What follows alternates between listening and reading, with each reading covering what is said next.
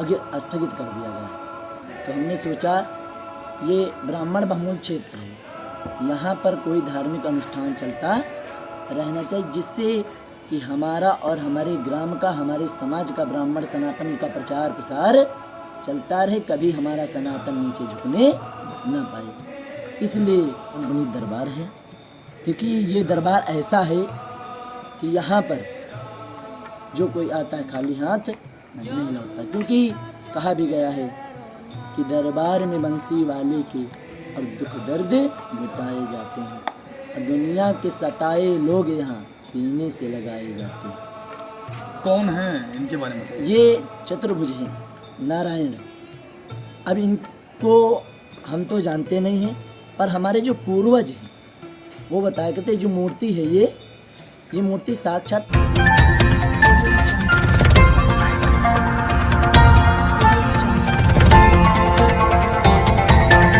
नवरात्र का टाइम चल रहा है, जगह जगह पंडाल सजे हैं, लोग पूजा आरती अर्चना कर रहे हैं, कहीं भागवत, कहीं जागरण, तो कहीं संकीर्तन हो रहे हैं। ये मंदिर है चतुर्भुज बाबा का, जहाँ पिछले 5 से 7 दिनों से भागवत का प्रोग्राम चला था, भागवत की कथा चल रही थी।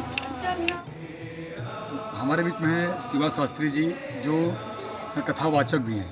हम इनसे कुछ जानकारी करते हैं। स्वागत है आपका। धन्यवाद। राधे राधे। जैसा कि चतुर्भुज मंदिर पे कथा का आयोजन हुआ है, कथा चल रही है, कब से चल रही है? देखिए, ये कथा जो है अश्विनी मास से प्रारंभ हुई, 26 सितंबर से, और नवरात्रि का प्रथम दिवस है। प्रथम दिवस से कथा प्रारंभ हुई। प्रथमम शैलपुत्री द्वितीयम च ब्रह्मचारिणी।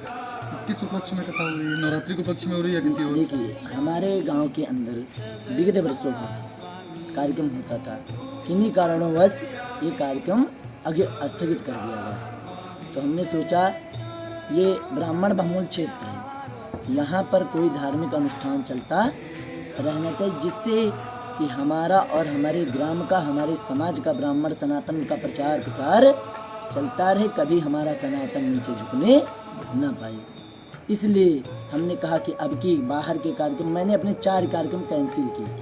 इस कार्यक्रम के लिए? हाँ, मैंने अपने 4 कार्यक्रम कैंसिल किए। मेरे 3 कार्यक्रम अपने क्षेत्र में होते थे, एक हैदरगढ़ में, दूसरा वाड़ी खेड़ा में, तीसरा शिवसंत में।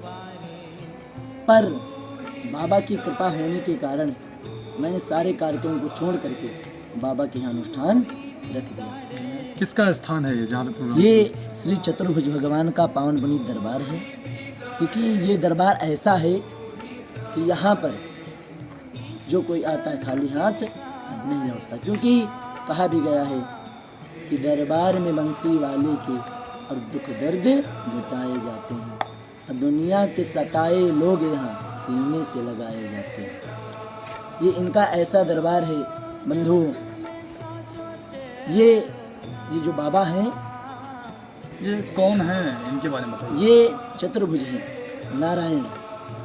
अब इनको हम तो जानते नहीं हैं, पर हमारे जो पूर्वज हैं वो बताया करते, जो मूर्ति है ये मूर्ति साक्षात तालाब से प्रकट हुई।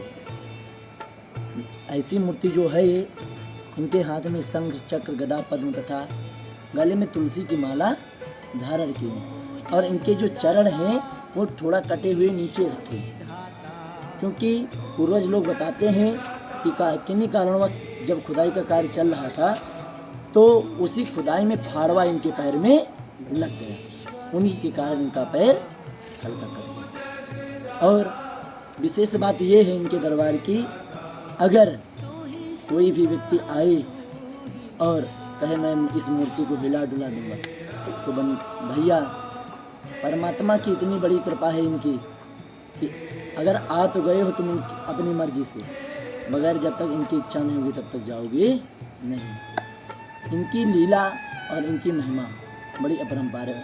मैं अपनी स्वयं बीती बता रहा हूँ। जी जरूर। जब मैं 3 वर्ष का था और मेरे पिता उद्धत हो गए, 3 वर्ष की अवस्था में आपको स्वयं पता होगा कितनी कठिनाइयाँ झेलनी पड़ती हैं। आज मैं प्रतिदिन मेरा काम है, मैं घर पर हूँ तो नग्न पैर मैं घर से इनके दरवाजे आता हूँ, चाहे जितनी बारिश हो और चाहे जितनी ठंडक हो, पर इनकी मुझ पर बहुत बड़ी कृपा।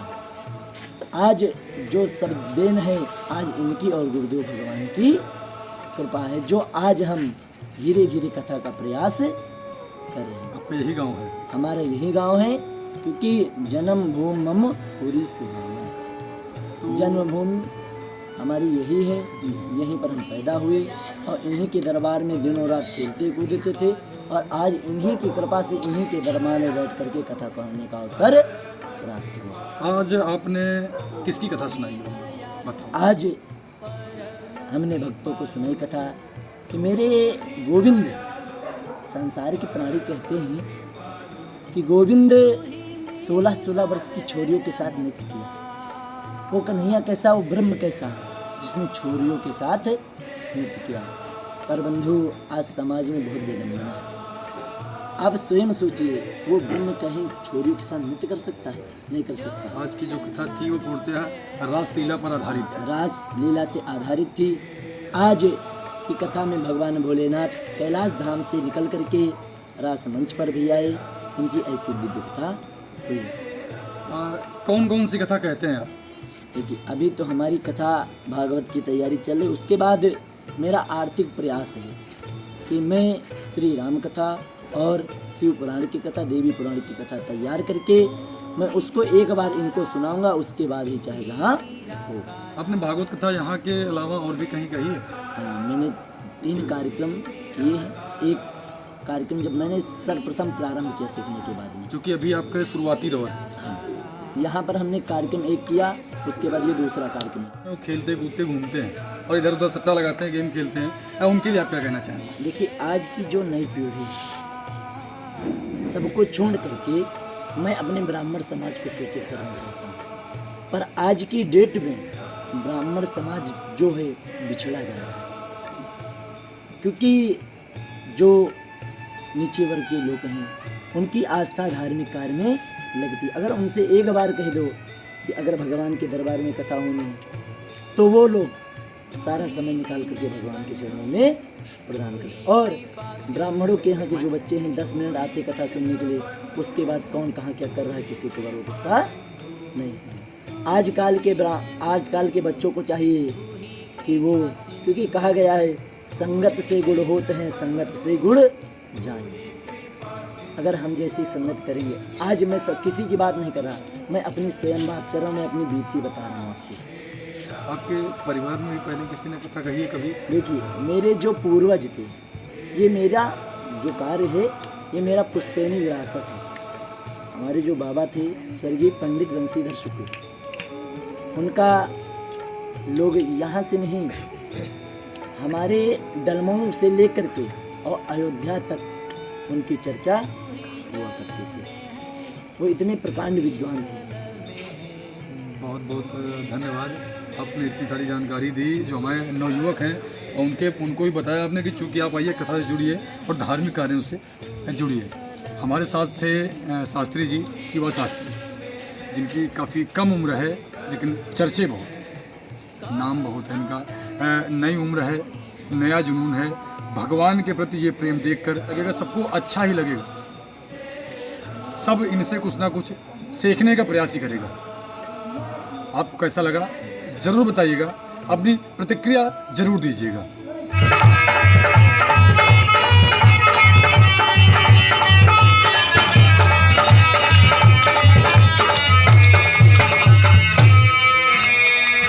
आज मानसनी बाबा ने कहा कि माताओं को एक धर्म से बड़ा कोई दूसरा धर्म नहीं है। जो माताएं और या जो पति की पत्नियां, अच्छा माताओं आप बताओ, ये आपके सामने हम एक प्रश्न पूछने जा रहे हैं।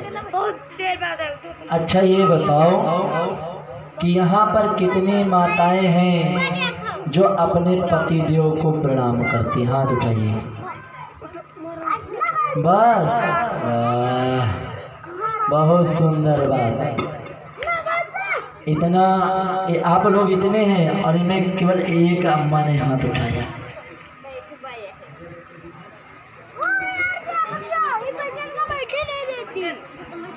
बंधु आप लोग जो बैठे, आप लोग इधर आकर के बैठ जाए ताकि इन लोगों को बैठने में कोई परेशानी ना हो। आप लोग इधर आकर के बैठ जाइए, जो कि माताएं एक साइड और पुरुष एक साइड है।